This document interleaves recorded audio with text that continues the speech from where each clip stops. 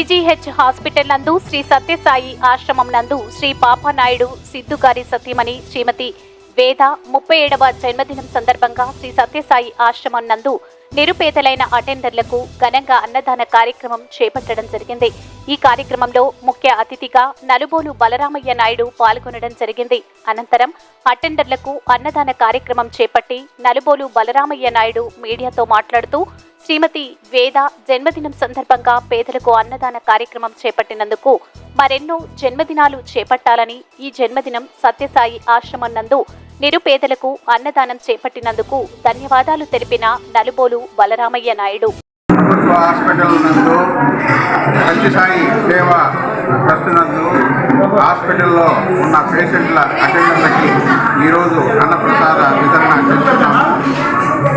శ్రీమతి వేద 37వ జన్మదిన సందర్భముగా వారి కుటుంబ సభ్యులు, వారి భర్త అయినటువంటి పాపానాయుడు సిద్ధు ఈరోజు ఈ కార్యక్రమాన్ని ఏర్పాటు చేశారు. ఇక్కడ చాలా చక్కగా ఏర్పాటు చేసుకుంటారు. పేషెంట్ అటెండర్లకి సుమారు 200 మంది పైన ప్రతిరోజు ఈ అన్నదాన కార్యక్రమం దాతలు ఉన్నా లేకపోయినా జరుగుతూ ఉంటుంది. ఇక్కడికి వచ్చేదే పేదవారు, హాస్పిటల్కి వచ్చేది. వారి పేషెంట్లకి హాస్పిటల్ వారు భోజనం వసతి కల్పిస్తారు. అటెండర్లు ఎక్కడెక్కడో గ్రామాల నుంచి వస్తారు. వారికి భోజన వసతి ఇబ్బంది లేకుండా ప్రతిరోజు మధ్యాహ్నం ఎంతమంది వచ్చినా కానీ సత్యసాయి ట్రస్ట్ ఈ భోజన కార్యక్రమాన్ని ఏర్పాటు చేస్తున్నారు. ఈరోజు వేద గారి 37వ జన్మదిన సందర్భముగా ఈ ఏర్పాట్లు చేశారు.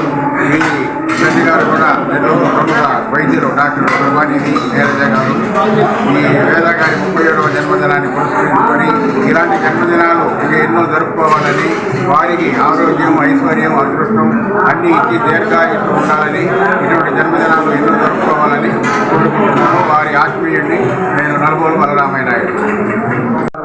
ఈ గవర్నమెంట్ హాస్పిటల్లో శ్రీ సత్యసాయి ట్రస్ట్ ద్వారా 200 మంది పేదవాళ్ళకి అన్నదానం చేశాను. మా వైఫ్ పేరు మీద వేద, నా పేరు సిద్ధు పాపానాయుడు, ఆమె పేరు వేద.